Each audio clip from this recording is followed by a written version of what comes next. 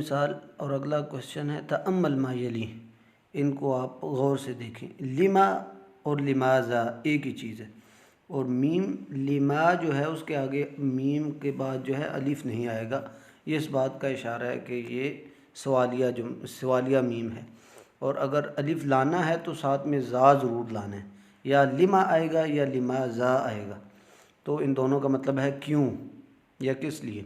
لما خرجت من الفصل، لما خرجتا تم نکلے، من الفصل تم کلاس سے کیوں نکلے، تو اس کو دوسرے الفاظ میں اس طرح بھی لیا جا سکتا ہے کہ اخرجتا من الفصل، کیا تم کلاس سے نکلے، تو اگلا جواب دے گا نعم، پھر اگلا سوال وہ کرے گا لما، تو لما اور لماذا اور لمہ یہ تینوں استعمال ہو سکتے ہیں، اور ان تینوں کا مطلب ہے کیوں یا کس لیے۔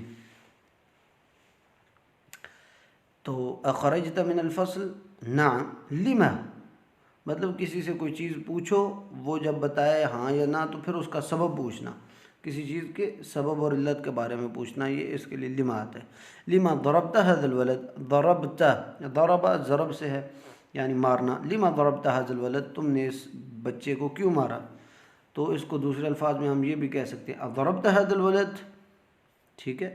لما آپ ڈائریکٹ بھی پوچھ سکتے ہیں لما ضربت هذا الولد، اور هذا الولد، اور دوسرے الفاظ میں اس طرح بھی پوچھ سکتے ہیں کہ پہلے آپ اس کی تفتیش کریں، ضربت هذا الولد، کہ آپ نے اس بچے کو مارا ہے، الگ ہے اور ضربت الگ ہے، ضربت هذا الولد، کہ آپ نے اس بچے کو مارا ہے، جواب دے گا نعم، تو پھر اس سے پوچھیں لما، کس لیے، کیوں، تو یہ اس کا طریقہ ہے، لما، لماذا اور لمہ، ان تینوں کا مطلب ہے کیوں اور کسی چیز کے سبب کے بارے میں یہ پوچھنے کے بارے میں استعمال ہوتا ہے۔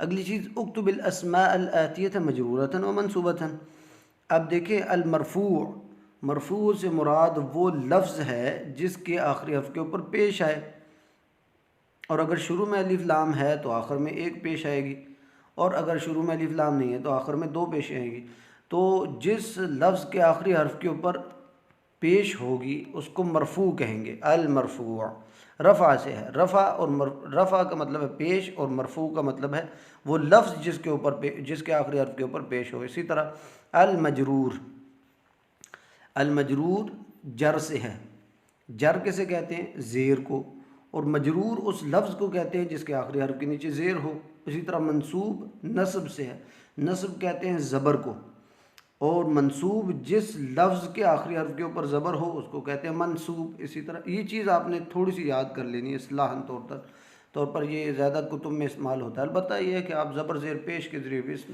اس کو یاد رکھ سکتے ہیں، لیکن یہ اگر اصطلاحات ایک بار آپ کے ذہن میں ہوں گی تو مشکل نہیں ہوگا۔ المرفوع رفع سے، مرفوع پیش والا لفظ، المجرور زیر والا لفظ، المنصوب زبر والا لفظ۔ حامدن، اور مجرور کیا بنے گا، حامدن، منصوب حامدن، اور خالدن یہ مرفوع ہے، اور اس کا مجرور کیسے بنے گا، خالدن، اور منصوب خالدن۔ اسی طرح بیتن، اس کا یہ مرفوع ہے، اس کا مجرور کیسے بنے گا، بیتن، اور اس کا منصوب بیتن۔ اسی طرح رجلن یہ مرفوع ہے، اور مجرور رجلن، اور منصوب رجلن، اور اسی طرح یہ اگلا ہے، یہ مذکر اور ابھی مؤنث کی بحث ہے۔ مذکر میں ایک چیز ہے کہ جو مذکر لفظ ہوگا اس کے اگر آخری حرف کے اوپر زبر آنی ہے، دو زبریں آنی ہیں، تو اس کے ساتھ الف کی ایڈیشن بھی ہو جاتی ہے، جیسے خالدن، آخر میں الف بھی آ جائے گا اور اوپر دو زبریں بھی، لیکن یہ مذکر کے ساتھ ہونا ہے صرف معاملہ۔ اب آگے آتا ہے مؤنث کا معاملہ، جیسے سیارتن، یہ مرفوع حالت میں اور مجرور یعنی زیر کی حالت میں سیارتن، اور منصوب یعنی زبر کی حالت میں سیارتن۔ ساعتن، ساعتن، ساعتن۔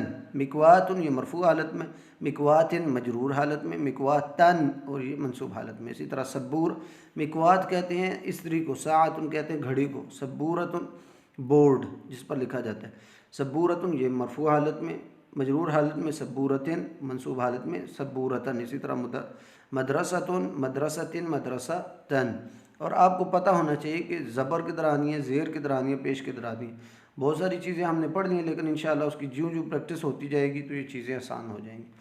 اگلی چیز ہے کہ ہاتی کا استعمال۔ ہاتی یہ ایک طرح کا اسم الفعل ہے، کہ آپ یہ لفظ جب استعمال کرتے ہیں تو ایک طرح کا آپ حکم دے رہے ہیں کسی کو، ہاتی لاؤ، ہاتی یا حامد لاؤ، اے حامد، اے احمد لاؤ، ہاتی یا احمد، احمد لاؤ۔ اب کچھ بھی ہو سکتا ہے، جیسے ہاتی الماء یا احمد، یہ مطلق طور پر ویسے بات کی جا رہی ہے، لاؤ یعنی کچھ بھی اس میں ہو سکتا ہے، ہاتی الماء، ہاتی الشائی، ہاتی اللبن، ہاتی الکرسی، کچھ بھی ہو سکتا ہے۔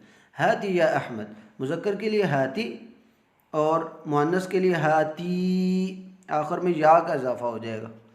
اور اسی طرح ہاتی مذکر کے لیے تھا، مذکر کی جمع کے لیے ہاتو، قل ہاتو برہانکم ان کنتم صادقین، قرآن میں آتا ہے۔ تو ہاتو ہاتی کی جمع ہے، ہاتی ایک مذکر سے ہم جب کہیں گے ہاتی، اے ایک مذکر ہے نا سامنے، ایک آپ کے بندہ ہے، اس سے آپ کہہ رہے ہیں ہاتی لاؤ۔ اگر زیادہ کو آپ کہہ رہے ہیں تو آپ کہیں گے ہاتو، آخر میں جو واو اور الف ہے یہ جمع کی علامت ہے۔ اسی طرح ہاتی آخر میں جو یا ہے یہ مؤنث کی علامت ہے۔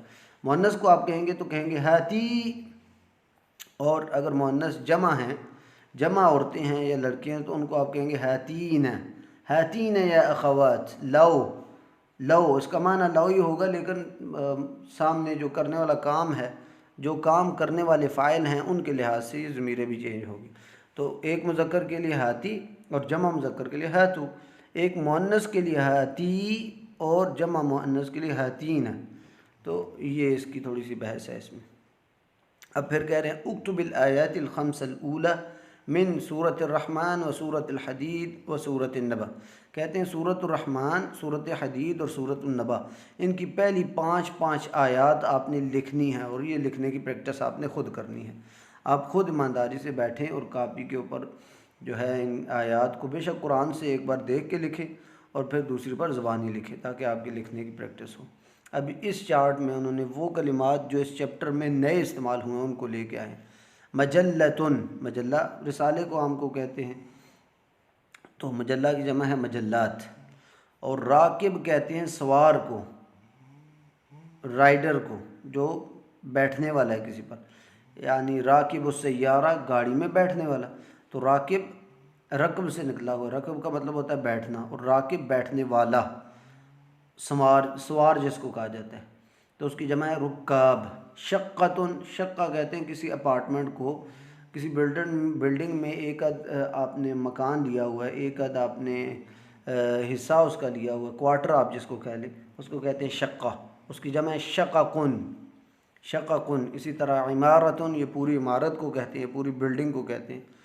بلڈنگ کو عمارت عمارتن کہتے ہیں، اور انگلش میں اردو میں عمارت، یعنی تا جو گول عربی میں وہی لمبی ہو جاتی ہے، یہ اکثر اوقات عربی اور اردو کا اس طرح امتزاج ہوتا ہے۔